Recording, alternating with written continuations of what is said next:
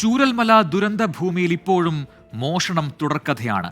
ആളില്ലാത്ത തക്കം നോക്കിയാണ് മോഷ്ടാക്കൾ ഇരുമ്പു വസ്തുക്കളടക്കം അടിച്ചുമാറ്റുന്നത്. ദുരന്തബാധിതർ വാടക വീടുകളിൽ നിന്ന് തിരികെ എത്തുമ്പോഴാണ് മോഷണ വിവരമറിയുന്നത്. പോലീസ് കാവലുണ്ടെങ്കിലും അത് ചെക്ക് പോസ്റ്റുകളിൽ മാത്രം പരിമിതപ്പെടുത്തുന്നതാണ് ഈ മോഷണത്തിന് കാരണം എന്ന ആക്ഷേപവും ഉയർന്നിട്ടുണ്ട്. ഇത് ചൂരൽമല വില്ലേജ് ഓഫീസ് റോഡ്. ഇവിടെയാണ് ഉരുൾപൊട്ടലിന് ശേഷം പുന്നപ്പുഴ ഗതിമാറി ഒഴുകിയെത്തിയത്. മരങ്ങളും സാധന സാമഗ്രികളും മൃതദേഹങ്ങളും അടക്കം എല്ലാം അടിഞ്ഞ ഇടം. ഇവിടെ നിന്ന് മാത്രം 60ഓളം മൃതദേഹങ്ങൾ കണ്ടെടുത്തു. പല വീടുകളും ചെളിയിൽ മുങ്ങി. നിരവധി വീടുകളെ ഉരുളെടുത്തു. മാറി താമസിക്കുന്നവർ ശേഷിക്കുന്ന ഉപയോഗയോഗ്യമായ വസ്തുക്കൾ വീടുകൾക്കടുത്ത് കൂട്ടിവെച്ചു.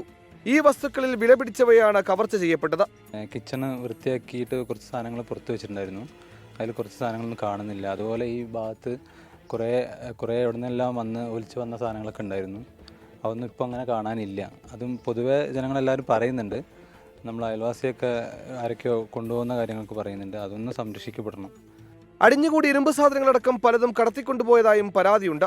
സാധാരണക്കാർ പെറുക്കിപ്പോൾ ചെറുതാണ് ജീവിക്കാൻ വേണ്ടി. ഓക്കെ, ഇത് ബൈക്ക് വരെ, കാറുകൾ, അതുവരെ ആ മൂലയ്ക്കൊന്നിട്ടൊന്നും ഒരു സാധനം കാണുന്നില്ല.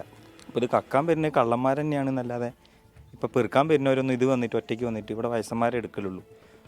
ചൂരൽമലയിലെത്താൻ കടമ്പകളേറെ. 3 പരിശോധന. പോലീസ് കാവൽ സദാസമയവുമുണ്ട്. എന്നിട്ടും മോഷണം തുടരുന്നു. നഷ്ടങ്ങളുടെ ഇടയിൽ ശേഷിക്കുന്ന വസ്തുക്കൾ കൂട്ടിവെക്കുന്ന മനുഷ്യർക്കാണ് ഈ ദുരവസ്ഥ. 24 വയനാട്.